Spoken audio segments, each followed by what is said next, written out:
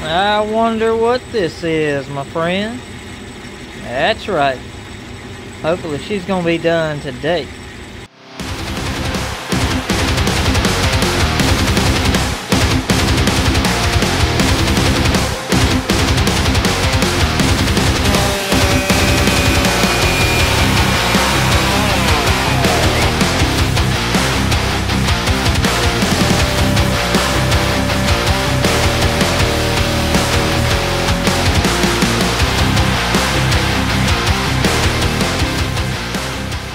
Alright guys, what's going on? Welcome to a beautiful day here at Dub Saw Shop.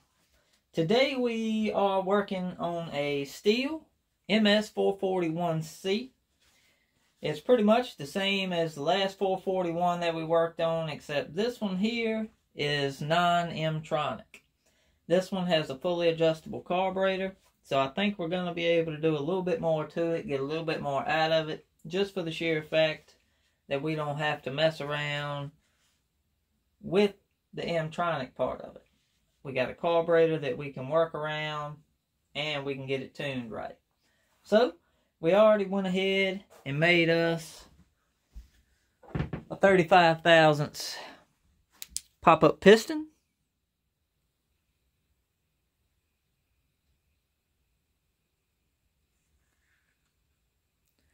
And now we are cutting the base on the cylinder. Looking at the stock squish is somewhere around 25 to 27 thousandths. So with the 35 that we took off the piston, we're going to take about 37 to 38 thousandths off of the base. And hopefully that's going to hit us right around 24 to 25 thousandths squish. So that's what we're going to go ahead and doing right now with this.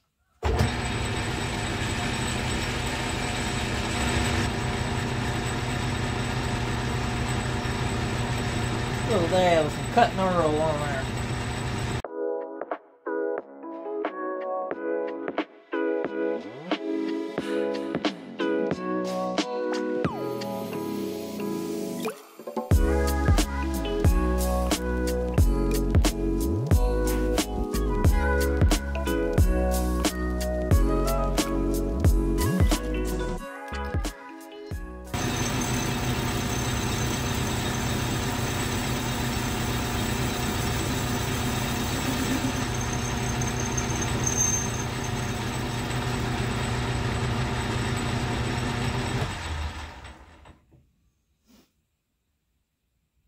Oh yeah, baby.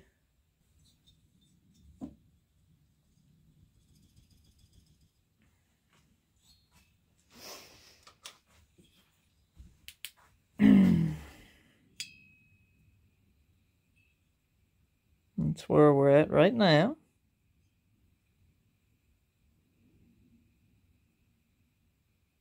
Shiny. Figured I'd bring in, let you see the port work on the other 441.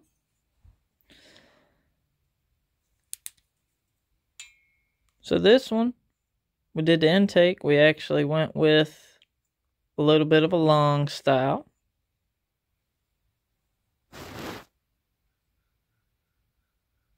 The exhaust, she is polished up to a 220 grit. It's been widened and we raised the outside corners, left the center the same, and just made the port a little bit bigger on the edges. Get a little bit more flow, a little bit more blow down. We cut the base. We opened up the 4 transfers, the lowers, as big as we can to match the gasket.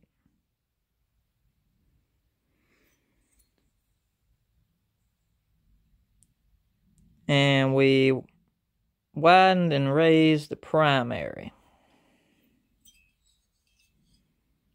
on both sides.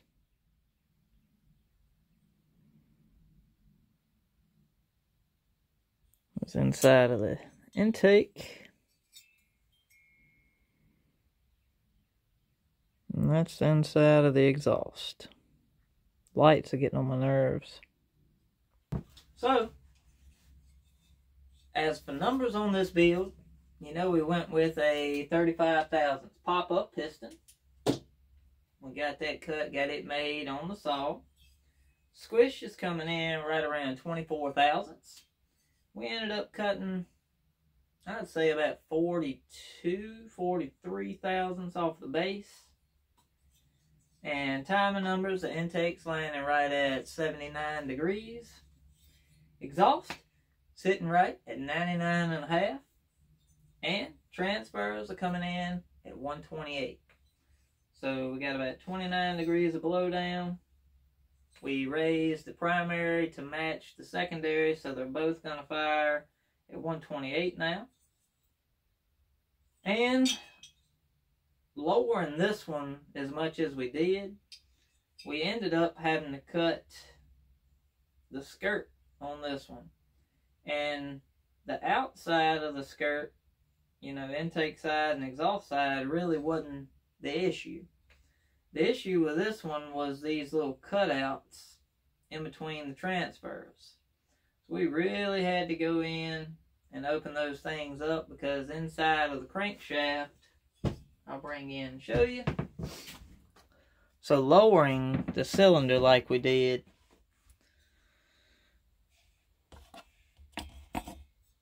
these little arched cutouts here and here, it dropped it so low that we were hitting in here on top of the bearing pocket. So we had to go in and arch the cylinder to get around and match the profile of the bearing pocket. It was a little tricky task. Kind of just had to take the grinder and go at it. Take the base gasket out, sit it down, see if it sits flat. And we pretty much just took a little bit off of it. Took a little bit off this side, that side, set it down. And it took about 2 or 3 tries to get it right. But eventually, she kind of fell right into place. Now, a trick when you do these, whenever you have to cut these skirts, it is highly likely, if you do it on the lathe without doing any other work, if you take a lathe and you cut here, the plating on the Stihl and Husky cylinders are so hard that when you come by and cut it, you're going to chip this plating. So, what I do is take a diamond burr when I know I'm coming in here to cut it. You can see we just went around it, smoothed everything up. But take you a diamond burr and go around and cut a good little bevel all the way around.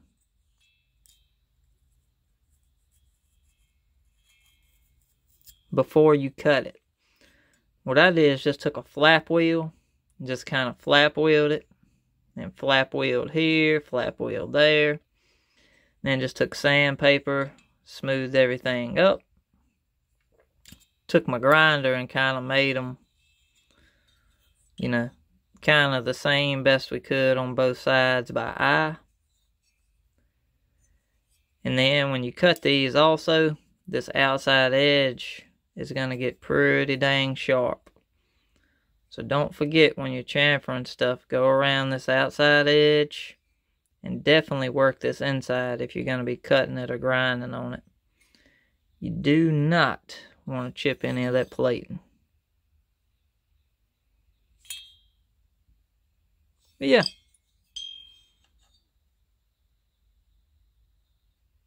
I think she's going to be a pretty good little runner.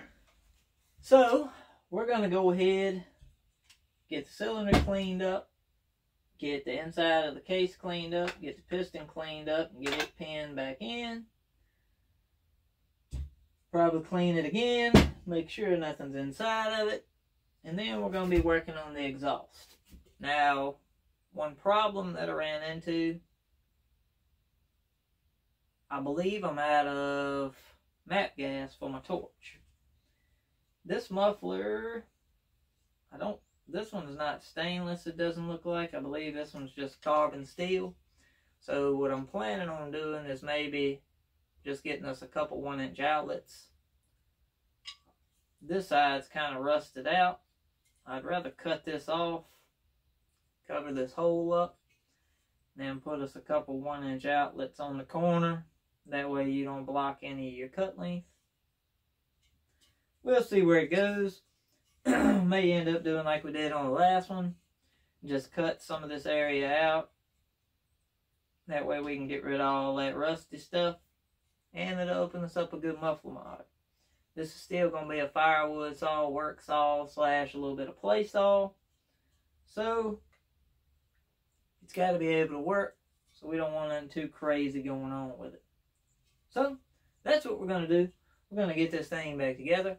Hopefully sometime this weekend we'll get this thing out in the wood, get a first fire on it, get us a couple cuts on it, and look forward to the 2,000 subscriber giveaway video. Probably going to be dropping that sometime tonight on how to enter if you would like to. So, you guys have a great day. Have a great weekend. Dubs, we out.